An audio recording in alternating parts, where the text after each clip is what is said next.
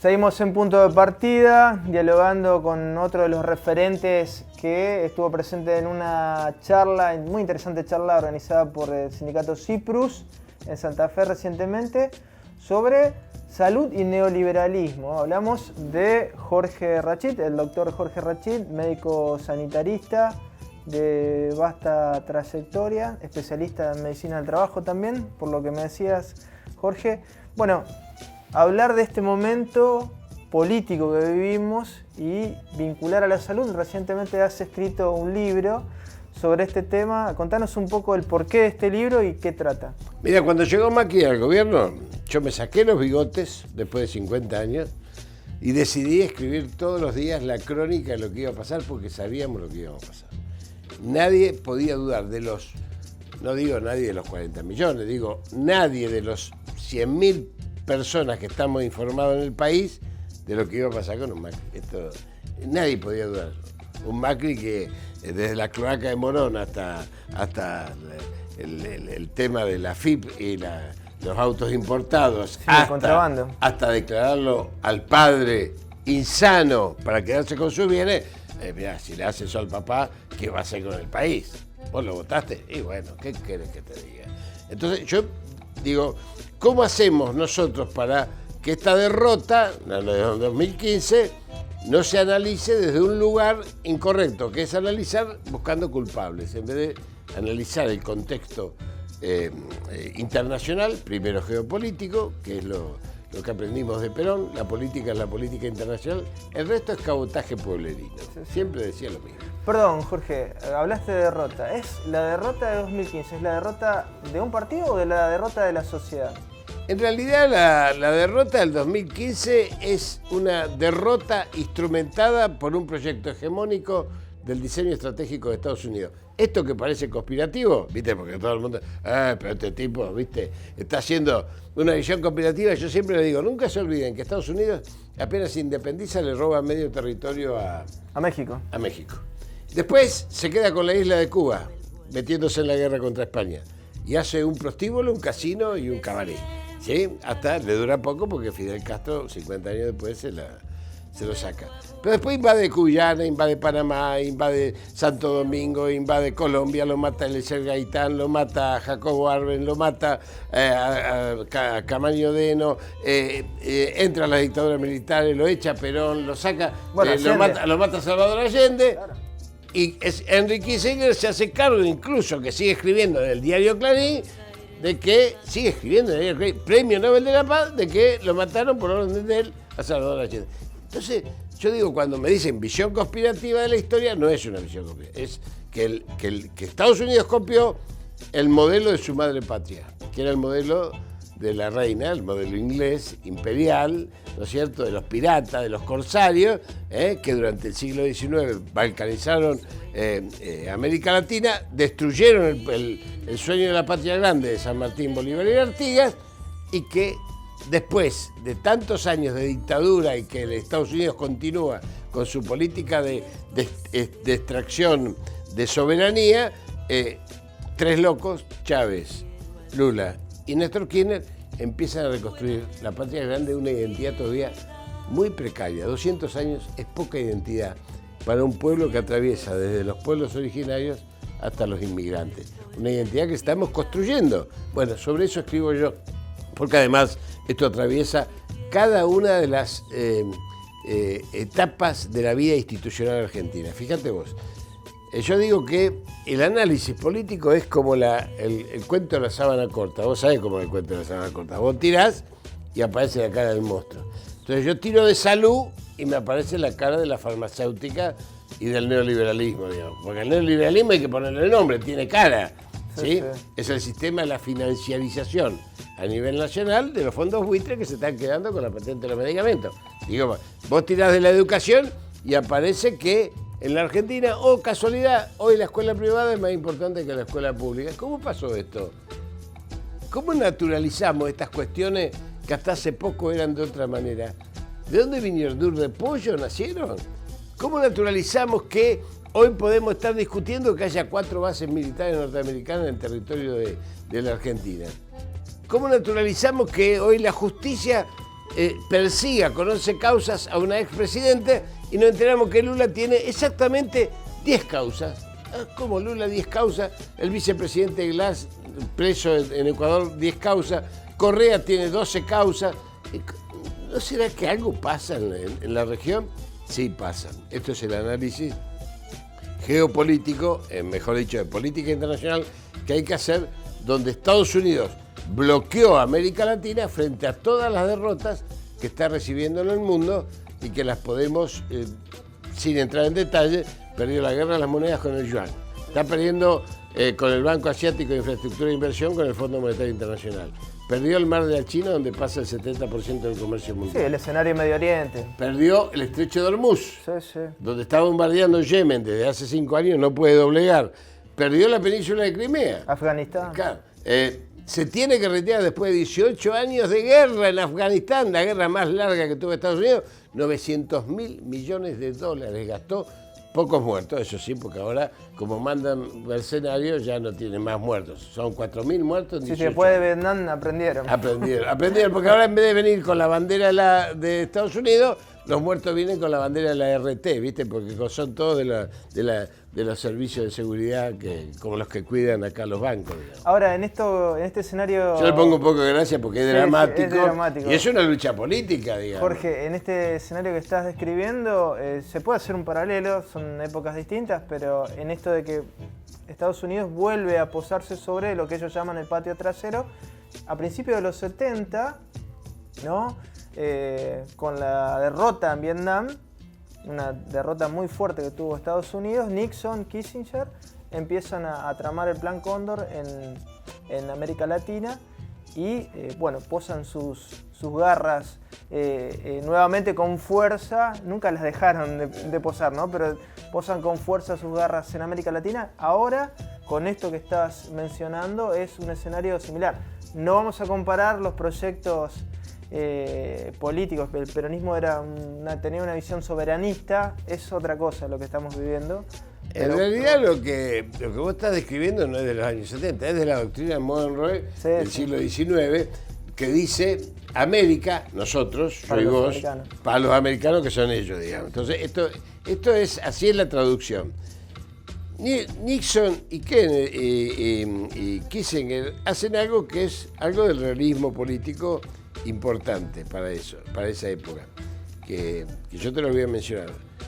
Aparece China, porque China no estaba reconocida ni formaba parte de Naciones Unidas. La que formaba parte era Taiwán, Chiang Kai-shek, porque a China nunca lo habían reconocido. Pero a partir de eso instrumentan la doctrina de seguridad nacional de los años 60 en América Latina, donde en la escuela de las Américas, en Panamá, se formaban los militares que venían y daban los golpes militares en América Latina. Esta fue la doctrina de seguridad. Pero ¿qué pasó? Interpretaron que esos golpes militares traían como respuesta la lucha armada, ¿no es cierto? La FARC en Colombia, Tupamaros en Uruguay, el Montoneros acá. Es decir, en todos lados, hasta incluso en Brasil, ¿no es cierto? Hubo episodios armados. Entonces, en los años 80 y pico, 90, cambian la teoría, ya no es más la Autoridad de Seguridad Nacional, instrumentan el consenso de Washington. ¿Qué es el consenso de Washington? Democracias, pero siempre y cuando estén ligadas al mercado. Por eso Chávez no es democrático, porque no es mercado. Evo tampoco. Kirchner tampoco. Evo tampoco. Claro. Como no son ortodoxos mercadistas, y el mercado destruye, porque es darwiniano. El mercado no solamente le quita soberanía a los países, sino que además desprotege a los más débiles, que es la obligación de los estados. Bueno, sobre todo esto, por eso digo que es una devastación programada la de la Argentina, y que nadie piense que Macri, digamos, es otra cosa que el súbdito, el cipayo, el empleado, digamos, que ejecuta el diseño estratégico de Estados Unidos para América Latina, y que hoy está complejizado. Claro. Porque si hoy vos mirás, fíjate lo que te voy a decir, yo le voy a cambiar a los que nos están mirando y que son del campo nacional y popular, porque viste que cuando vino lo de Bolivia, otra vez de primero, viste como somos muy pusilánimes a veces los militantes, los compañeros que están informados, y yo le digo que al contrario, lo de Bolivia demuestra la debilidad de Estados Unidos. Y te voy a explicar por qué. No pudieron con Venezuela. Bajaron en UNASUR, crearon el Grupo de Lima para tratar de atacar a Venezuela militarmente con los países latinoamericanos. Sí. ¿Sabés quiénes se opusieron? Los brasileños, los militares brasileños. Hay que decirlo esto. En el Comando Sur, los militares brasileños dijeron no, militarmente no. Pero bueno, ya estaban viendo un Vietnam en toda América Latina. Claro, se les incendia. Pero además, empezaron los conflictos sociales en Colombia, que empezaron hace rato, recién ahora se visibilizan. Yo les quiero decir, Colombia tiene 104 muertos en las candidaturas municipales en este año, y tiene 160 muertos de trabajadores sociales en las zonas rurales. Hay una selectividad de los asesinatos Ejecutada por los paramilitares. Sí. Entonces, es un país tan violento como México que tuvo 24.000 asesinatos el año pasado. Sin embargo, Venezuela. ¿Por qué Venezuela? Porque al haber conflicto en el Estrecho de Hormuz, necesitan el petróleo y el gas de Venezuela, que les queda 7 días en vez de a 45 días. Esto está clarísimo. Sí. Bueno, perfecto, pero sigamos. Colombia estalla el pueblo por las políticas de ajuste. Ecuador estalla el pueblo después de la traición de Lenín Moreno, que es comprado igual que Almagro, ex Tupamaro, no tanto Tupamaro, pero casi fue ministro de Mujica en la OEA. Estalla el pueblo, estalla Chile. En la Argentina, un triunfo memorable, histórico, insólito. Se desaloja el neoliberalismo en solo 4 años con una patada, shot de cool en el primer tiempo, primer round, knockout. ¿Sí? No es un detalle menor ese, Jorge. No, claro, por eso lo estoy diciendo. Porque hay compañeros que como el enemigo planteó, no, hay 20 puntos de diferencia. ¿Viste las encuestadoras que decían? Hay 20 puntos. Entonces después ganamos por 8. Ay, ganamos por 8. Los otros festejando que llegando a 40 se tenían que ir del gobierno y nosotros deprimidos porque ganamos por el 48 en primera vuelta. Es una locura esto que naturalizamos en el... ¿Te das cuenta? Es decir, no hay pensamiento crítico. ¿Y qué hace Alberto? Es electo y lo primero que hace, asume su presidencia en México. ¿Por qué digo que asume? Porque asume, en esto de la política internacional, su relación con AMLO, con López Obrador, y entre los dos deciden reconstruir el UNASUR y la CELAC. Ahora, esto más la liberación de Lula, ¿qué produce? Con esto termino. Que Estados Unidos se desespere. Colombia, Ecuador, Chile, el peronismo vuelve en la Argentina, hace eje con AMLO, lo liberan a Lula, Cristina Kirchner vuelve como vicepresidenta. Tenemos que hacer algo, un golpe sucio, desprolijo, improvisado, como se vio que era el golpe de Bolivia. El golpe de Bolivia, que ni siquiera el informe de la OEA menciona la palabra fraude en ningún... Sucio, desprolijo e improvisado. ¿Por qué? Porque la desesperación para emparejar la cancha los lleva a cometer... ¿Por qué digo todo esto? Porque indudablemente es tan improvisado el golpe, no es quirúrgico, que hoy ese mismo golpe tiene que estar negociando con el MAS. Elecciones. Jorge, volviendo al tema de la salud, digo, la salud es política también, ¿no? La salud de los pueblos. La salud de los pueblos, evidentemente no se puede desligar el contexto. Bueno, Carrillo lo tenía muy claro, ¿no? Con sus determinantes sociales, para entender lo que eran los procesos de salud de enfermedad. Digo, no se puede desligar el contexto político para entender en salud, por lo menos, hacia dónde tienen que ir nuestros pueblos. Creo que le hiciste una nota a la doctora Gabriela Dueñas hace un rato nomás.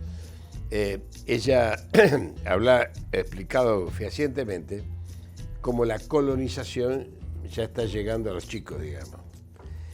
Todo lo que sea los complejos médicos, hoy el complejo militar industrial de Estados Unidos es el complejo militar industrial farmacéutico.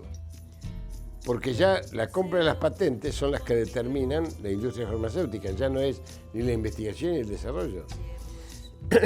Sería largo de explicar, pero esto está produciendo un proceso que destruye esto de Carrillo. Carrillo tenía 3 frases maravillosas, donde nosotros los médicos salíamos de la cancha. Para construir salud, olvídate de los médicos. Porque la salud no necesita ni médico ni medicamento.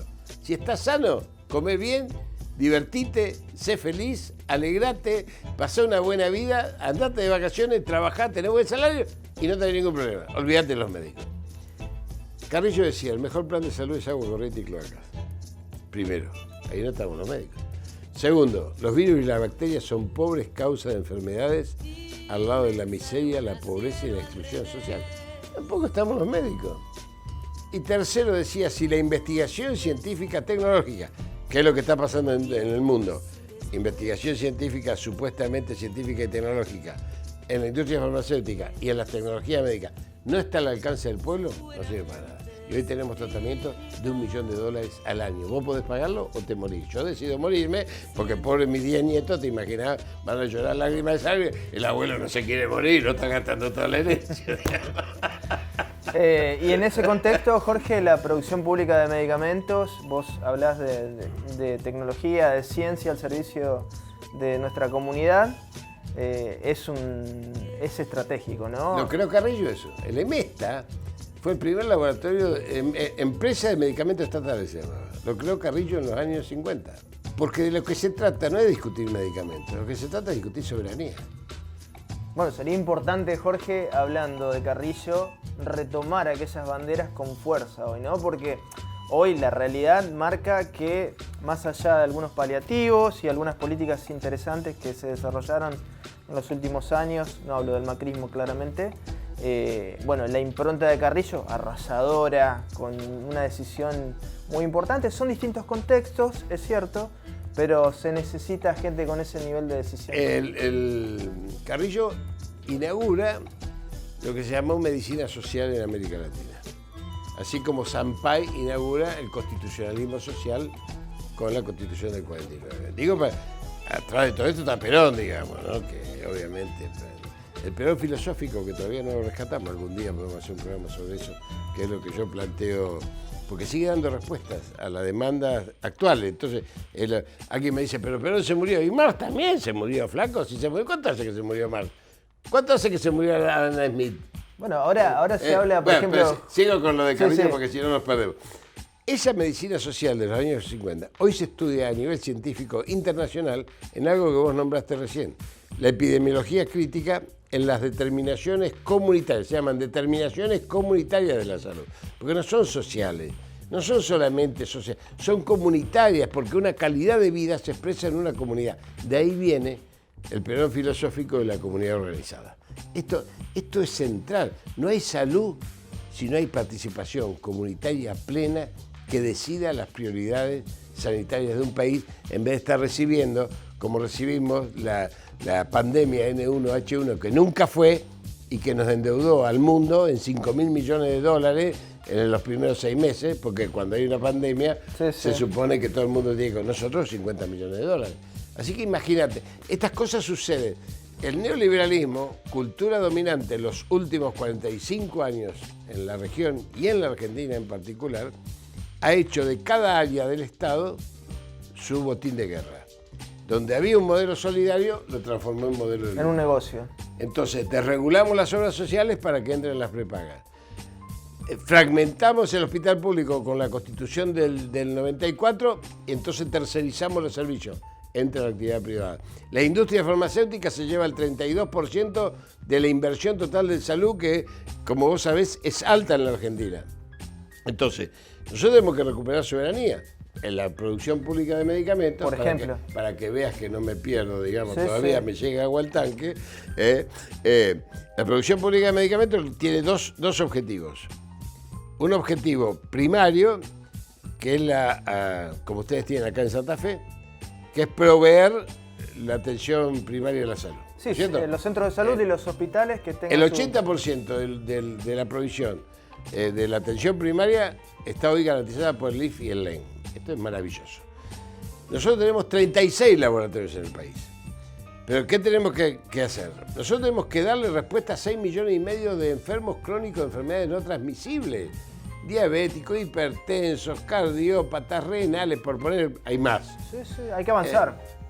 Pero te voy a decir algo, te vas a caer del sillón. Eso se lo podemos dar gratis, porque no vale nada. El medicamento no vale nada. El mercado ha hecho del medicamento una cadena de valor, es decir, de ganancia, que arranca del 1000%. Agarrar desde el paracetamol al Enalapril. 1000% cualquiera, ¿eh? Te digo porque podés ir al LIF y preguntarle cuál es su costo, con costos directos, costo indirecto, IVA. Sí. Ponerle el 100% y es nada. ¿Por qué digo que es nada? Porque si vos tenés 6,5 millones de enfermos crónicos y entregás el medicamento gratis, controlás la adhesión al tratamiento. Si vos sos diabético, yo te entrego y te tomo una prueba en ese momento para saber cómo estás de tu diabetes. Ahí me voy a dar cuenta si tenés o no tenés adhesión al tratamiento. Te tomo la presión, lo mismo.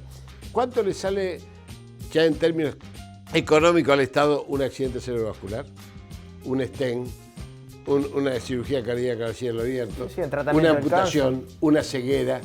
Entonces, fíjate vos, esta es la primera demanda de la producción pública. La segunda demanda de la producción pública es abocarse junto con el Ministerio de Ciencia y Tecnología a la producción de biosimilares, es decir, medicamentos de última generación, donde estamos pagando patentes que no deberíamos pagar, porque esas patentes son las que llevan a que hayamos cambiado eso que decía que hay medicamentos, si vos lo debés recordar, viste que hay un nicho que se llama medicamentos de alto costo y baja incidencia, ¿sí? Bueno, no son de alto costo, son de alto precio, porque el costo es nada. Pero como tienen la patente y como tienen la supremacía del mercado y son nichos, yo te puedo decir, la tobramicina aerosol para la enfermedad fibroquística son 1.500 pacientes en todo el país. Sin embargo, son fortunas, cuando en realidad si lo trae el Estado y lo compra centralizadamente, eso termina siendo nada para el Estado. ¿Te das cuenta? Entonces, el neoliberalismo entra ahí. Por eso cuando ayer me invitan a dar esta charla, el impacto del neoliberalismo, yo digo, bueno, primero veamos qué es el neoliberalismo. ¿Qué es Son dos herramientas. La primera herramienta es económica, que es la financiarización de la economía a nivel internacional. Fondos buitre. Son fondos supranacionales. Son los que dominan hoy toda la estructura económica. Porque la estructura económica la han cambiado y ya el dinero no sirve ni para producir productos, ni servicios, ni bienes. Sirve para hacer dinero. Dinero por dinero. Timba financiera. Esto es lo que está sucediendo. Esta es la principal herramienta. Entonces nos han instalado como cosa, viste que la gente va por la calle y dice, ¿qué pasó con el déficit fiscal? ¿Y a vos qué te importa? Che, pero el dólar, ¿y a vos qué te importa? A ver, si te va a impactar en los precios. ¿Pero qué te importa? Te han metido en la cabeza que la macroeconomía es más importante, digamos, que tu calidad de vida, que vos como persona. Entonces, esto es lo primero, la herramienta económica como modelo de construcción de un modelo social. Y además se segmenta, Jorge, porque claro, cuando se habla de economía se empieza a hablar de instrumentos, claro, de macroeconomía, de inflación. En vez de pensar en un todo, siempre estamos pensando por partes. Los instrumentos son instrumentos. Yo, que soy cirujano, porque claro, también vos lo dijiste, pero yo soy cirujano, el bisturí me sirve para salvar una vida, o no, para matar o para cortarme las uñas, me claro, sirve para todo, digamos, para poner algo de simpatía. Pero la segunda herramienta del neoliberalismo, que es la más importante, la más difícil de combatir, la que hace 45 años le pica la cabeza al conjunto de los argentinos, es la cultural, la del individualismo, la del sálvese quien pueda, de construir un éxito cada día porque no hay un mañana posible, la meritocracia, ¿no es cierto? Como si la meritocracia fuese un valor cuando el que nace en la capital federal es mérito de nacer en la capital federal y el que nace en Pumamarca, que se joda, digamos, perdonen la expresión. Pero en realidad lo que nosotros como Movimiento Nacional y Popular, yo como periodista, ¿qué aspiro? ¿Igualdad de oportunidades? No, igualdad de condiciones. Yo al chico que nace en Pumamarca o el chico que nace en Piranés Formosa, que hoy tiene de 5 a 7 años menos de expectativa de vida que el chico que nace en Capital, Rosario, Córdoba, Mendoza, tengo que darle las mismas condiciones para emparejar esa expectativa de vida y su calidad de vida. Entonces, igualdad de condiciones. Después viene lo que cada uno quiera desarrollar y lo que pueda desarrollar. Sí, lo que pueda. Pero el Estado debe ser un Estado de justicia social que le dé condiciones para que pueda desarrollarse, sea cual sea su cuna, porque todos somos iguales como seres humanos. Jorge, esto es reconstruir un modelo biocéntrico del hombre y la naturaleza, que es el que hoy plantea Francisco y que yo, que no soy religioso, adhiero absolutamente, porque está haciendo una confrontación con los modelos eurocentristas que nos han minado el pensamiento. Una lectura del mundo está haciendo, ¿no? ¿Desde dónde? Desde la América mestiza, morena, criolla, profunda, que identifican nuestra identidad. Jorge, volviendo al tema de la producción pública de medicamentos, en esta nueva etapa, ¿es factible un proyecto que avance desde el Estado en este sentido? Mira, nosotros avanzamos en la década, los 12 años de Néstor y Cristina, avanzamos con 2 leyes, la 26688 de producción pública de medicamentos. Después tuvimos un ministro que tosía antes de firmar la reglamentación, le pusimos otra ley y la aprobamos, que fue la ley de la Agencia Nacional de Laboratorios Públicos. Las 2 leyes están vigentes. Supongo, porque yo lo hablé esto con Alberto alguna vez en Buenos Aires, antes que sea candidato, por supuesto, y quedamos en que estos eran instrumentos valiosos para ponerlos en marcha. Y el diseño estratégico de esto es que el Estado termine comprando centralizadamente a través de los laboratorios públicos del ANLAB todos los medicamentos de alto precio y baja incidencia. Entonces alguien me decía de economía, gente que estaba, Agis, el de... Sí, Álvarez Agis. Me decía, pero ¿cómo sabemos la estructura de costo de Glaxo en Inglaterra? Le digo, no hace falta saber la estructura de costo. Vayamos al precio de mostrador y acá llega 10 veces más. ¿Cómo es? ¿Te das cuenta? Es decir, precio de mostrador de Inglaterra, lo trasladas acá y lo compras a precio de mostrador de Inglaterra. Ni siquiera a precio FOB, ¿viste?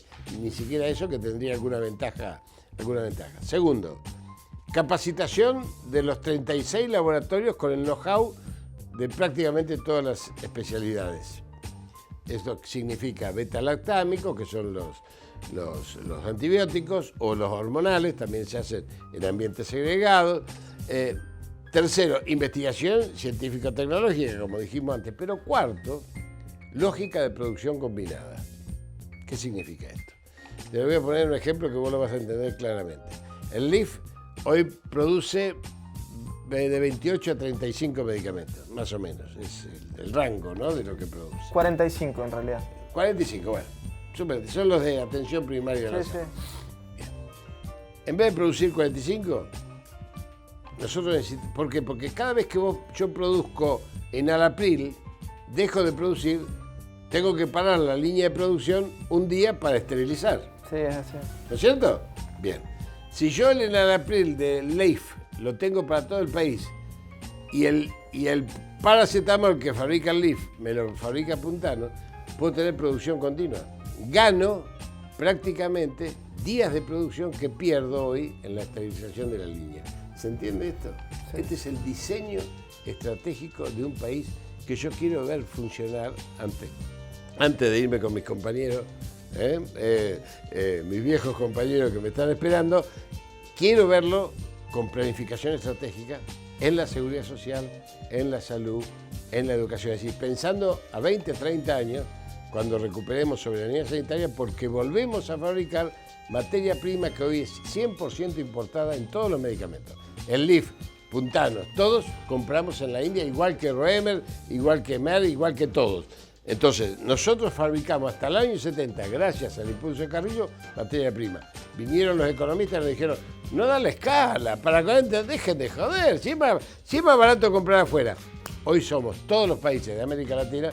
Esto lo habíamos puesto en el UNASUR como demanda y fue aprobado por los presidentes en el convenio de Lima del 2013. Ese es un proyecto que hicimos de defensa con Agustín Rossi. Estaba Agustín Rossi todavía. ¿Están dadas las condiciones más allá de esta crisis, Jorge, para avanzar y mucho, no? ¿Qué crisis? Tenemos una catástrofe social, no tenemos una crisis. Tenemos una catástrofe social provocada por un mecanismo político inhumano, brutal, perverso y canalla. Entonces hay que decir lo contrario. No tenemos una crisis.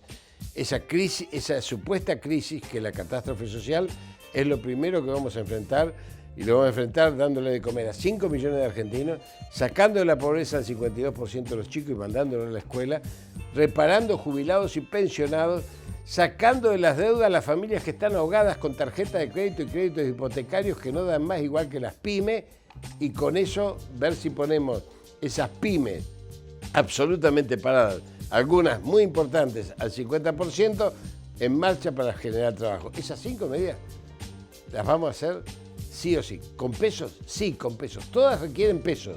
para ponerle plata. Y entonces salen los economistas ortodoxos y te dicen, pero eso genera inflación. ¿Y ahora qué tenemos, hermano? Tenemos inflación con catástrofe social, con la gente que se nos muere, 9.000 personas que tendrían que estar vivas y no pudieron comprar medicamentos y se nos murieron en los últimos 3 años, y 1.000 chicos que se nos murieron, que tendrían que estar vivos y dejaron de ser atendidos al nacer. Esto es así. Jorge. O sea, el neoliberalismo, frase final, mata. Gracias por estos minutos. Gracias. Hasta aquí llegamos en Punto de Partida en este programa especial junto a Gabriela Dueñas y Jorge Rachid. Nos volvemos a encontrar el próximo lunes a las 23 por la pantalla de Canal 2 Veo de Cable Video Digital. Hasta entonces.